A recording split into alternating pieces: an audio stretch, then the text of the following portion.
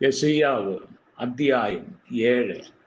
ഉസിയാവിന്റെ മകനായി യോദാവിന്റെ മകനായി യഹൂദ രാജാവായ ആഹാസിന്റെ കാലത്ത് അരാമ്യ രാജാവായ രെസീനും രമര്യാവിൻ മകനായി ഇസ്രായേൽ രാജാവായ പേക്കഹും യെരുശലേമിന്റെ നേരെ യുദ്ധം ചെയ്യുവാൻ പുറപ്പെട്ടു വന്നു. അതിനെ പിടിപ്പാൻ അവർക്ക് കഴിഞ്ഞിടതാനും അരാം എഫ്രയീമിനോട് യോജിച്ചിരിക്കുന്നു എന്ന് ദാവീദ് ഗൃഹത്തിന് അറിവ് കിട്ടിയപ്പോൾ അവന്റെ ഹൃദയവും അവന്റെ ജനത്തിന്റെ ഹൃദയവും കാട്ടിലെ വൃക്ഷങ്ങൾ കാറ്റുകൊണ്ട് ഉലയും പോലെ ഉലഞ്ഞുപോയി.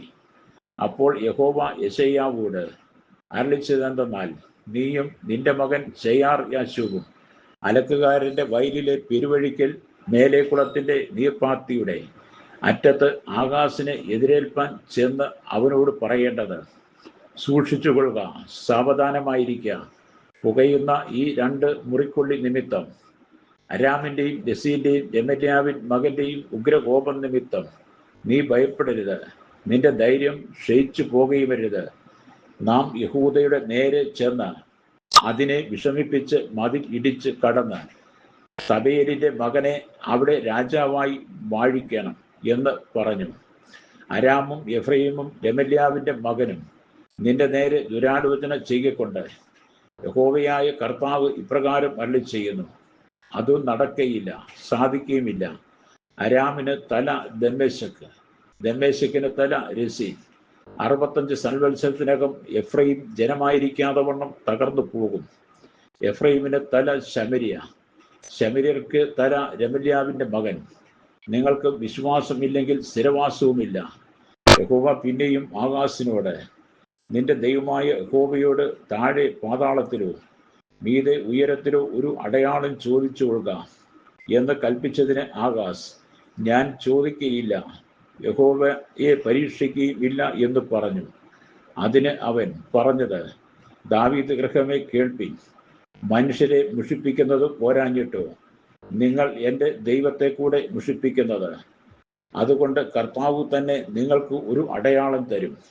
കന്യക ഗർഭിണിയായി ഒരു മകനെ പ്രസവിക്കും. അവന് ഇമ്മാനുവേൽ എന്ന് പേർ വിളിക്കും. തിന്മ തള്ളി നന്മ തിരഞ്ഞെടുപ്പാൻ പ്രായമാകും വരെ അവൻ തൈരും തേനും കൊണ്ട് ഉപജീവിക്കും. തിന്മ തള്ളി നന്മ തിരഞ്ഞെടുപ്പാൻ ബാലന് പ്രായമാകും മുമ്പേ നീ വെറുക്കുന്ന 2 രാജാക്കന്മാരുടെയും ദേശം ഉപേക്ഷിക്കപ്പെട്ടിരിക്കും. യഹോവ നിന്റെ മേലും നിന്റെ ജനത്തിന്മേലും നിന്റെ പിതൃഭവനത്തിന്മേലും എഫ്രയീം യഹൂദയെ വിട്ടുപിരിഞ്ഞ നാൾ മുതൽ വന്നിട്ടില്ലാത്തൊരു കാലം വരുത്തും, അശൂർ രാജാവിനെ തന്നെ. അന്നാളിൽ യഹോവ മിസ്രയീമിലെ നദികളുടെ അറ്റത്തു നിന്ന് കൊതുകിനെയും അശൂർ ദേശത്തു നിന്ന് തേനീച്ചയും ചൂളകുത്തി വിളിക്കും. അവ ഒക്കെയും വന്ന് ശൂന്യമായ താഴ്വരകളിലും പാറപ്പുറപ്പുകളിലും എല്ലാം ഉൾപ്പറപ്പുകളിലും എല്ലാം മേച്ചൽപ്പുറങ്ങളിലും പറ്റും. അന്നാളിൽ കർത്താവ് നദിക്ക് അക്കരെ നിന്ന് കൂലിക്ക് വാങ്ങിയ ക്ഷൗരക്കത്തി കൊണ്ട് അശൂർ രാജാവിനെ കൊണ്ട് തന്നെ തലയും കാലും ക്ഷൗരം ചെയ്യും. അത് താടിയും കൂടെ നീക്കും. അന്നാളിൽ ഒരുത്തൻ ഒരു പശുക്കിടാവിനെയും 2 ആടിനെയും വളർത്തും. അവയെ കറന്ന് കിട്ടുന്ന പാലിന്റെ പെരുപ്പം കൊണ്ട് അവൻ തൈര് തന്നെ കൊറ്റുകഴിക്കും.